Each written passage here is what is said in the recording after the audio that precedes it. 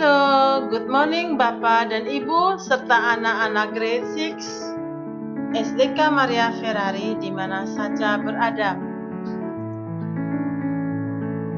Salam jumpa kembali bersama saya Suster Valen dalam pembelajaran kita dari rumah. Apa kabar semuanya hari ini? Suster berharap kita semua dalam keadaan sehat selalu dalam kasih Tuhan, sehingga pagi ini kita bisa mengikuti pembelajaran kita dengan penuh semangat. Oke anak-anak, pagi ini kita akan belajar tentang pendidikan agama Katolik dan budi pekerti.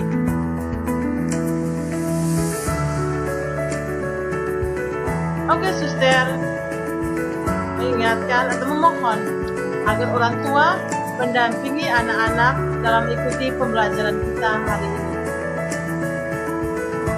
Oke anak-anak, sebelum berdoa, saya berharap agar siapkan alat tulis, buku paket, serta jangan lupa kitab suci, buku catatan.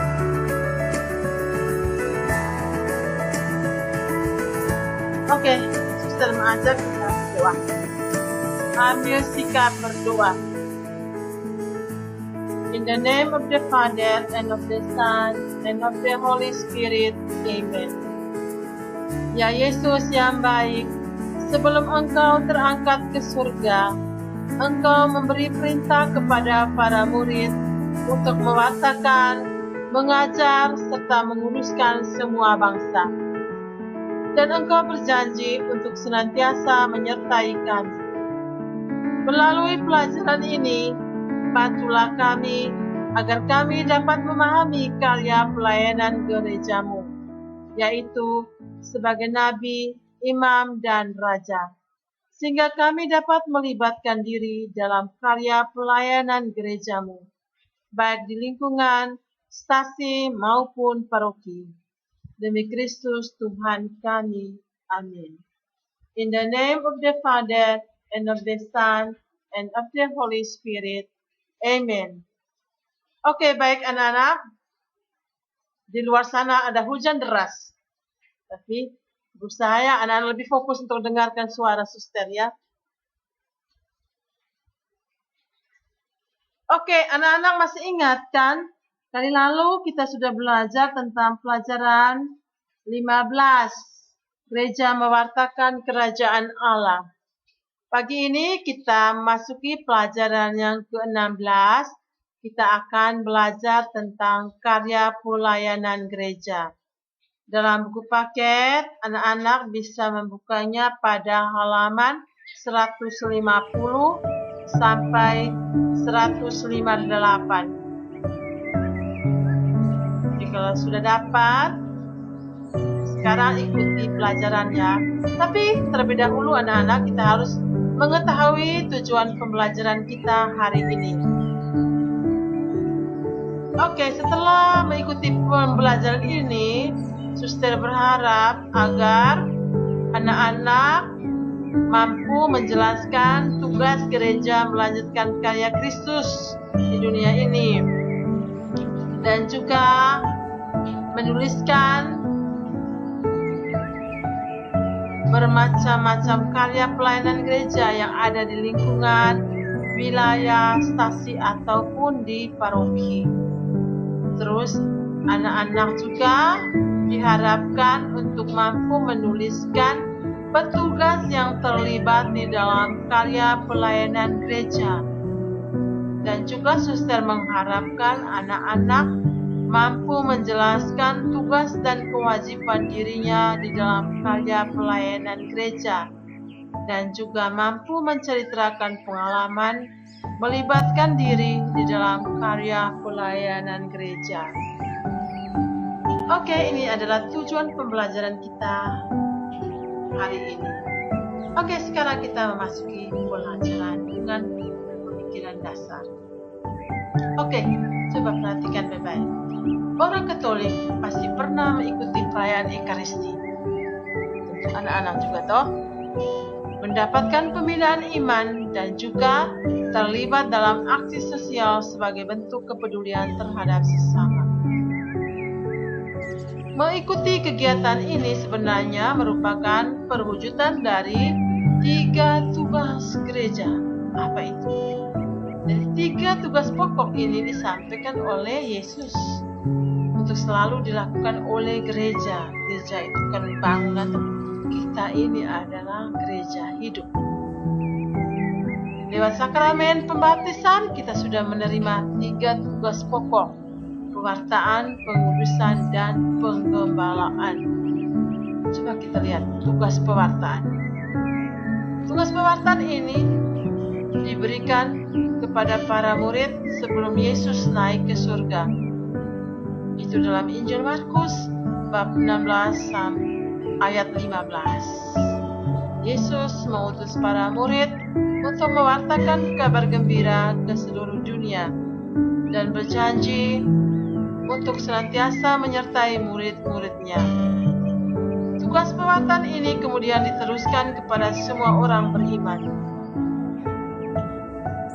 Kenapa harus diteruskan kepada semua orang beriman?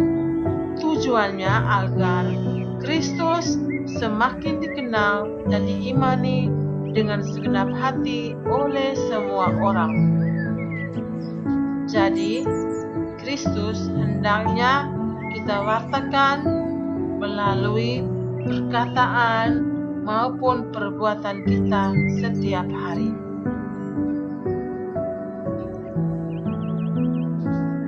Perkataan, sikap, dan tingkah laku orang beriman hendaknya memancarkan kebaikan Allah. Oke. Sekarang kita masuki tugas yang kedua, menguduskan. Tugas ini dijalankan melalui perayaan-perayaan ibadat yang juga merupakan perayaan iman. Dalam perayaan ini, umat berkumpul untuk ibadat, maka tindakan itu selalu berhubungan dengan iman. Dalam ibadat kita menyatakan iman, syukur, permohonan, dan pertobatan. Ingat ya, dalam ibadat doa, itu dalam sakramen Ekaristi, ibadat misa itu kita menyatakan iman, syukur, permohonan, dan pertobatan. Contoh perayaan iman adalah apa? Ekaristi Kudus dan perayaan penting lainnya dalam iman Katolik. Seperti apa? Coba kita lihat. Ibadat sabda, sharing kitab suci, siara, penerimaan sakramen, dan juga perayaan sakramental. Jadi tugas pengudusan ini dilaksanakan sejak masa hidup umat perdana. Itu nampak dalam Kisah Para Rasul bab 2 ayat 41 sampai 47. Nanti sebentar kita lihat akan kitab suci. Oke, tugas yang ketiga, menggembalakan. Tugas gereja yang ketiga adalah menggembalakan umat Allah atau memimpin dan melayani umat. Yesus Kristus sendiri meletakkan dasar penggembalaan dan pelayanan lewat karyanya di dunia, seperti membangkitkan orang mati, memberi makan orang lapar, mengampuni orang yang berdosa yang mau bertobat.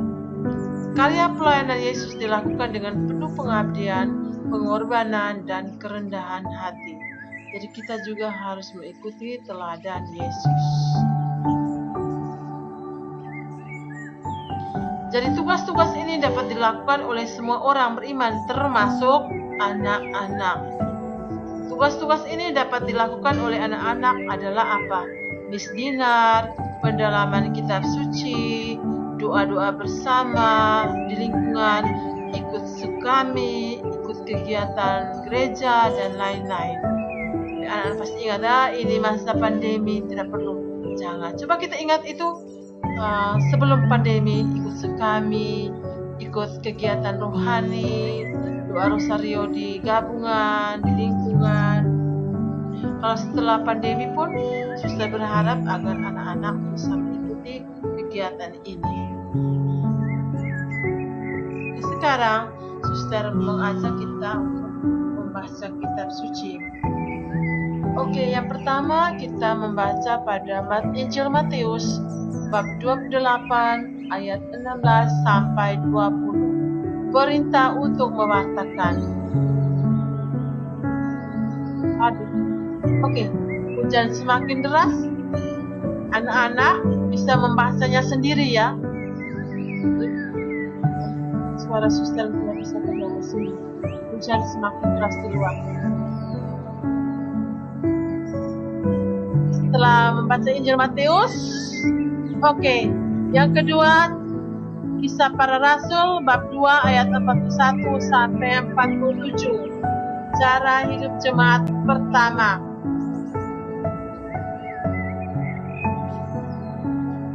Oke, yang ketiga Injil Yohanes bab 13 ayat 4 sampai 17. Yesus membasuh kaki murid-muridnya. Suster berharap anak-anak membacanya sendiri ya, supaya bisa melihat 3 tugas pokok gereja.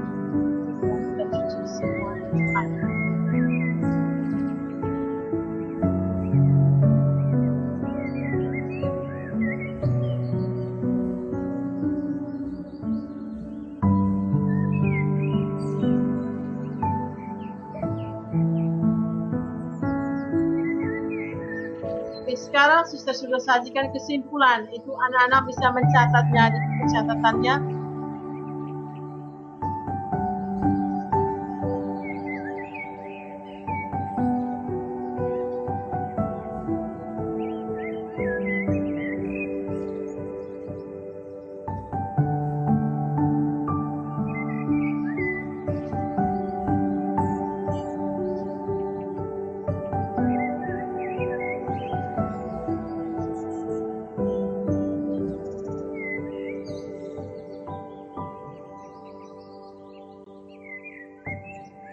Oke, Suster ajak kita berefleksi.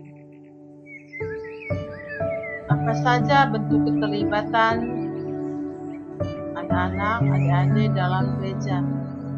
Apakah aku rajin merayakan Ekaristi, berdoa di lingkungan, berdoa rosario di lingkungan? Apakah aku mengenal petugas-petugas liturgi?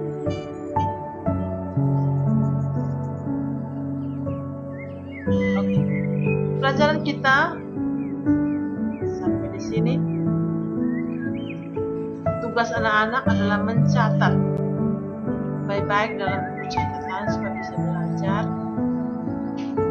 dari pemikiran dasar sampai di kesimpulannya. Anak-anak bisa berharap kalian mencatat di buku catatan dengan rapi.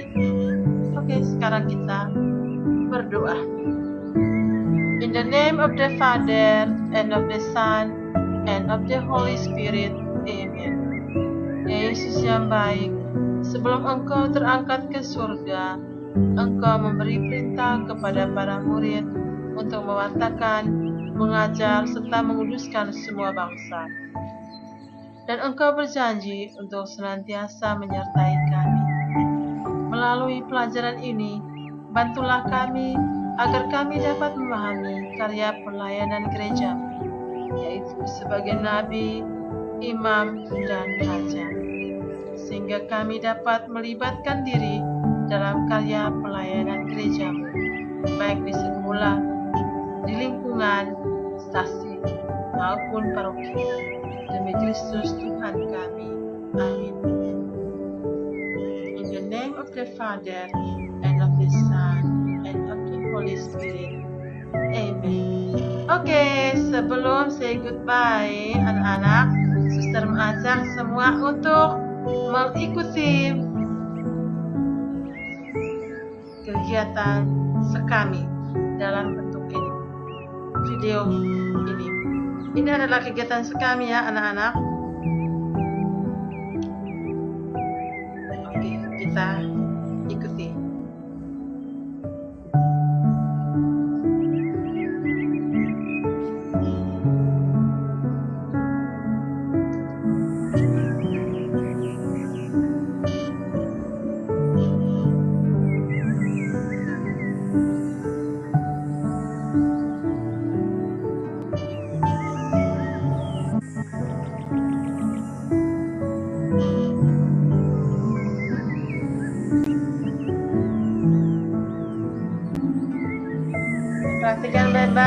apa yang akan dilakukan oleh Romo ini. Oke, siap. Romo berdoa dulu, berdoa terlebih dahulu. Setelah itu Romo main musik dan bertemu dengan anak-anak. Kita lihat anak-anak sekami ya sebentar.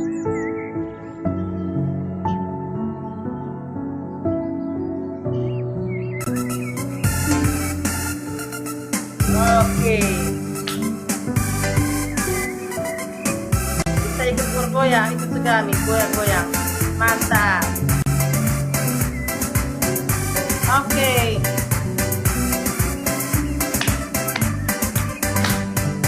Wahai sobatku, mari bersama, hati senang bahagia bersamamu kawan.